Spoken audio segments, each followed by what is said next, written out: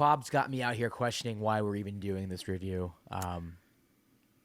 First of all, full disclosure, this is not a recap. This is a therapy session. I just want to be very clear. If you guys are fans of this channel, just Josh is a big Knicks fan. He always wears his Knicks hat. I'm a Nets fan. We try to recap as many different games as we can. We try to recap like top teams when they play each other. Uh, Josh wanted to recap this game because by the standings, the Celtics and the Knicks are two top teams. The Knicks coming off a loss, a big loss with the Cavs. You were hoping that maybe You would think they'd show come them out off, and show some effort in the show first some effort, quarter. but this is what it is. So Josh, take it away for a little bit. Throughout the course of this, I might cut you off a little bit just to bring down the temperature because I know you're not that happy. But for everybody that's watching and listening, you know that Josh is a very realistic Knicks fan. Before even during the start of the season, he looked at this team and he's like, he doesn't like this team. He doesn't like when the trades happen. He's like, he's not necessarily sure about this team. And that's not taking anything away from Boston. Boston is a great team. There's a reason why they won the championship.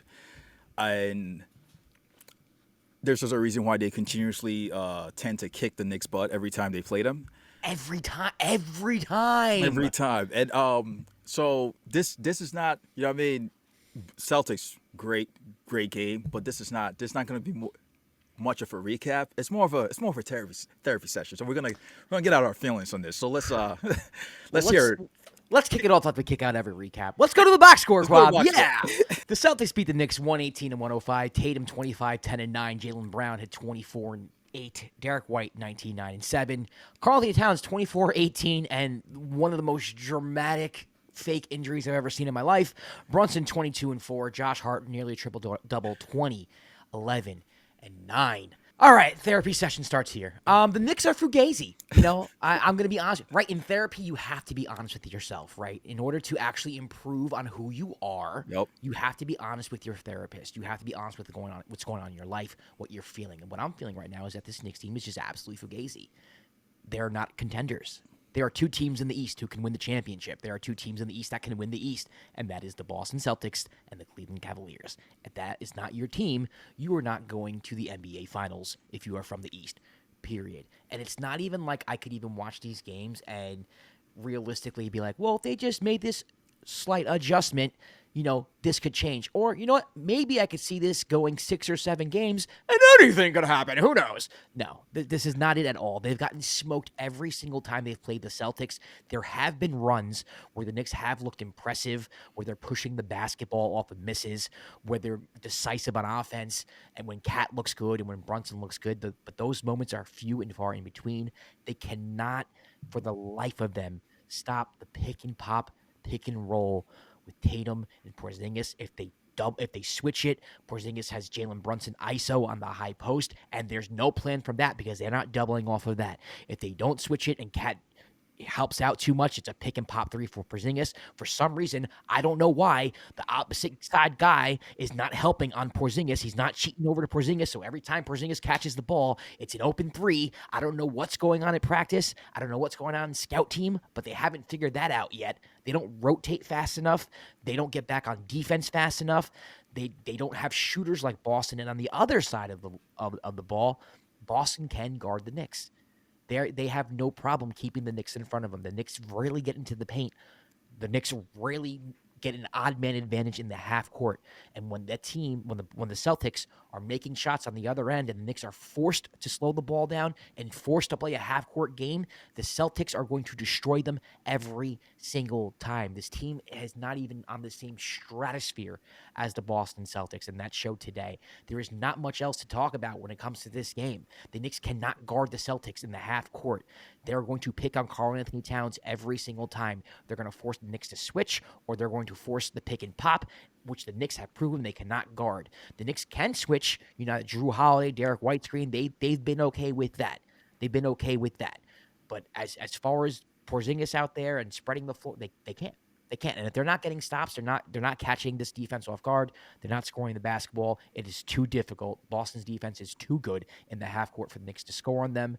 the Boston Celtics are just simply better than the New York Knicks. There is not much else to dissect because in close games, like when we had Cavs games against the Thunder, right? We've had that before. Or Celtics versus Cavs, there have been adjustments. Like, we'll go zone here. Oh, we'll see what's going on. Like, there has been chess matches. There has not been a chess match at all between the Knicks and Celtics. It has been the same game for 3 straight times, and I don't know how many times Knicks fans can watch this and lie to themselves and think that this team has any shot whatsoever at getting past the Boston Celtics in a 7-game series. So to your that's point, where I'm at.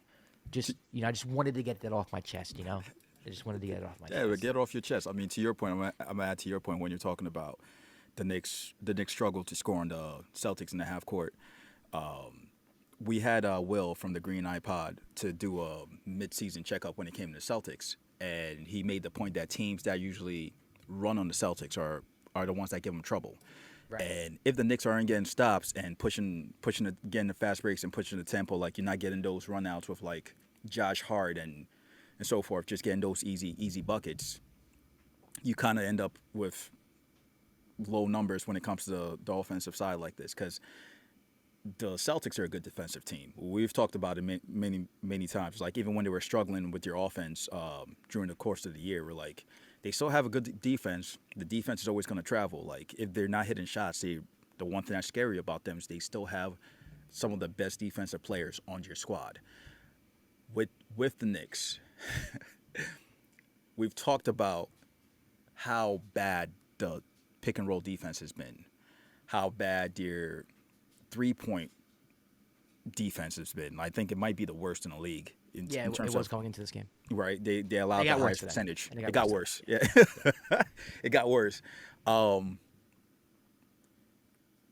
you feel like, and this is I guess is more like a catch-22. Do you feel like some of the trades they made to start of the season were mistakes? Yes. Now, do you think? I think the one thing I hear now is that they might have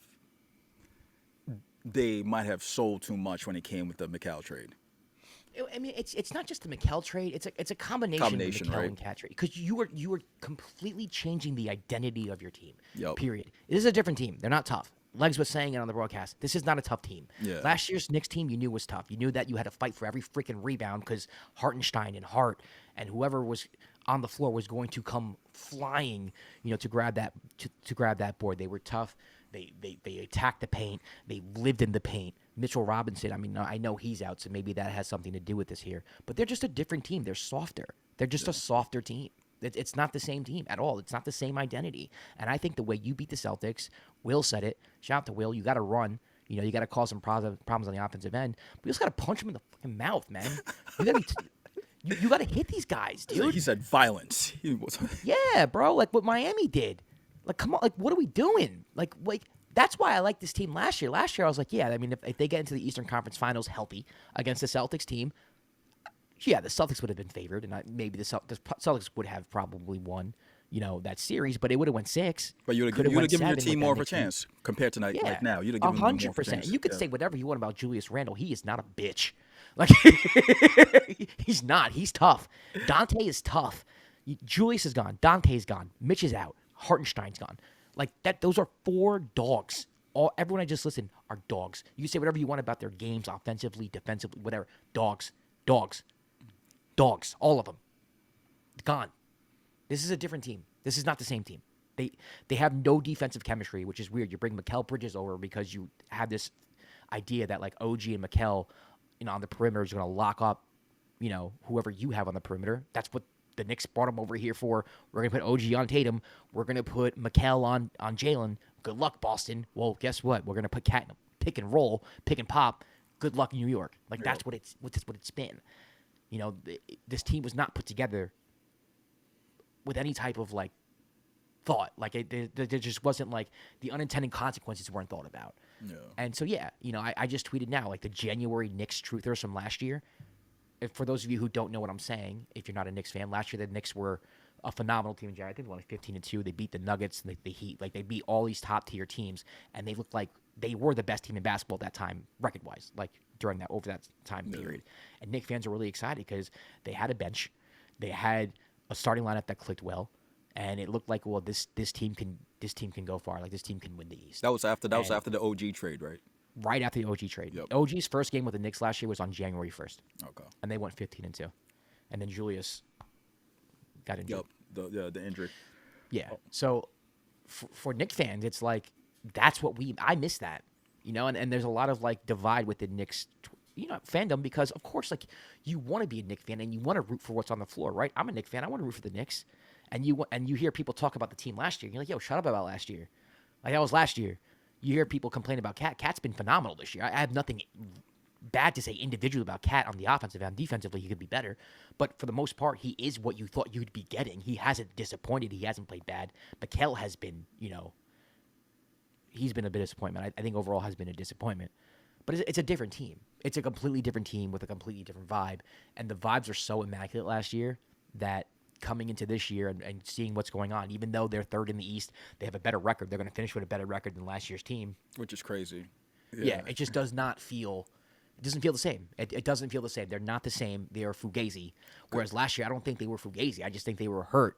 And even if they would have lost, which they probably would have, it wasn't because they were fugazi. It was because they just ran into someone who was better and like they maxed out with the Knicks. I don't even know, like their floor and ceiling is just like it's everywhere. Could the it's difference? Everywhere. Could a slight difference be that the top teams here played are just so much better than them? Yes. In comparison, like Yes. when we talk about the Knicks, like they still have like you said, they still have a winning record, one of the best records in the league. But anytime they run into the top teams in the East or the West, it's a beatdown. And we're pointing out like Thunder, Cavs, Celtics, 0-7, 5 blowouts. by blowouts. 5 out of 7 games. You got blown the fuck out. That's insane. Yeah, blowouts, which is like it's crazy because you going into this year when you make those trades, you're making those trades as championship window. We're trying to you make those moves to win. That's simply put, to win a chip. You don't make those moves just to figure it out to win. And it just feels like this team is still some pieces away, some more like time and chemistry It's not time pieces, away. bro. They got to blow it up. I You know think it's they- one season. You think they got to blow it up already? I do. Yeah. Wow. I do. Hot take. That's hot. What identity does this team have? The worst thing a team can be is identityless. Without And an it might. identity. And listen, it's coming off of another like frustrating loss against the Celtics where they got blown out for the third time. So maybe I am in my feelings a little bit, but I can't pick. Like, how can you picture this team ever guarding the Boston Celtics? Even the Cavs at this point. You saw what the Cavs did to them the other day. They embarrassed them. So what do you do? Can I give you the fake optimistic like viewpoint? No, As I a don't want to friend hear it, bro. to tell you like, hey man, look, it's not that bad. You know, you're still missing your center. And when I say blow it up, I mean like you have to. There's something with the Cat dynamic. Maybe something with Bridges. I don't think individually one of them was. I think a combination was a mistake. They got Bridges before they got Cat, and when they got Bridges, I was excited because I was like, damn, Dante, Bridges, like Julius, like Bridges made sense to me. Yeah. For what that team needed, for what the January Knicks needed. But then when you got Cat, now you changed everything. Now Bridges doesn't necessarily seem to fit as much. And also Bridges is just not having as great as a defensive year as Knicks fans would have hoped for. So a lot of it does have to do with Bridges' individual play too. It's wild to say like this isn't working because the Knicks are 37-20. Yeah. They're third in the East. You know what I mean? It's not like they're 500. It's not like they're the Phoenix Suns right now. You know, it's not like they're struggling to make the playoffs. If they're going to make the playoffs, they'll probably win a round. Depending on They're matchup. going to run into the Celtics because the Celtics are going to finish as a 2 seed. Yeah. And they're going to be out in 4 games. So, yeah, depending on matchups, yeah, they could win a round. I just think last year you were so close. Like you were not the best team. Like you were so close. Like you were just like a tweak. You know what I mean? It's like they just needed kind of like an oil change or something like that with a car. But then Leon took it into the shop and decided to get a new engine and a spoiler. I'll say this. The tweak was supposed to be would have just been Bridges, and then if you guys were able to keep Hardenstein. Well, Hardenstein wasn't going to stay. Yeah, he wasn't going to stay, but that would have been that's the different. Like if you kept Hardenstein, I think Hardenstein leaving and then Mitchell Robinson being hurt kind of forced I wouldn't say kind of force your hand to get Cat in order to get size. That factored into it. What was the point I was trying to make before? Now I lost my train of thought. I'm shocked, and this is coming from as a Nets fan. I'm shocked at how bad Mikal Bridges' defensive effort has looked on the team, and it feels like I'm singling him out, but I don't want to feel like I'm singling him out. But it's also like I don't expect a Tibbs team to ever be known as like this is a bad defensive team. Ever. Not just bad, soft. Yeah, like ever. Like I just don't. I just never the case. Part of that has to do with like I guess the personnel he's had on his team in the past, but it's just Tibbs is known as a defensive coach. Like the two things people talk about with Tibbs is like he's a great defensive coach, and he plays his starters too much. That's always the ongoing. But it's like people harp on that how good of a defensive coach he is, and this team hasn't been good defensively to start like all throughout the season. They've been really good offensively. They've had moments where you're just looking at them, you're like, well, this is when you're playing the I guess the style of play they want to play when the floor is spread open and you're hitting shots. Yeah. That's a really good offensive team, but it's just defensively they've looked really bad, and you're not winning the chip, and you're not winning consistently in the playoffs if you're this bad defensively. Yeah, I mean, I guess the solution here is Mitch comes back healthy. You put Mitch on Porzingis, so that pick and pop isn't as effective. Maybe. But the pick and pop isn't just on Cat. Like, the pick and pop is like the guy on the weak side has to come over far enough to help Porzingis or bother Porzingis. And then who's ever, like Cat on the help, has to sprint and guard the next pass from Porzingis or the guy in the corner. So it's like you hedge, and then once that pass is made to Porzingis, you have to identify a couple passes ahead and go to the corner and sprint to the corner and guard that guy. So it's a lot of ground to cover, and the Knicks just don't do it well. They don't rotate well. They don't talk well on defense. There's really no chemistry there on the defensive end, and it's just something I didn't think I would see this year. I knew that going from Julius to Cat or whatnot, and maybe Mitch and not having Hartenstein would be a pretty big deal, because, you know, they were such integral parts to the defensive end. But I didn't think it'd be this bad. Like, this is just awful.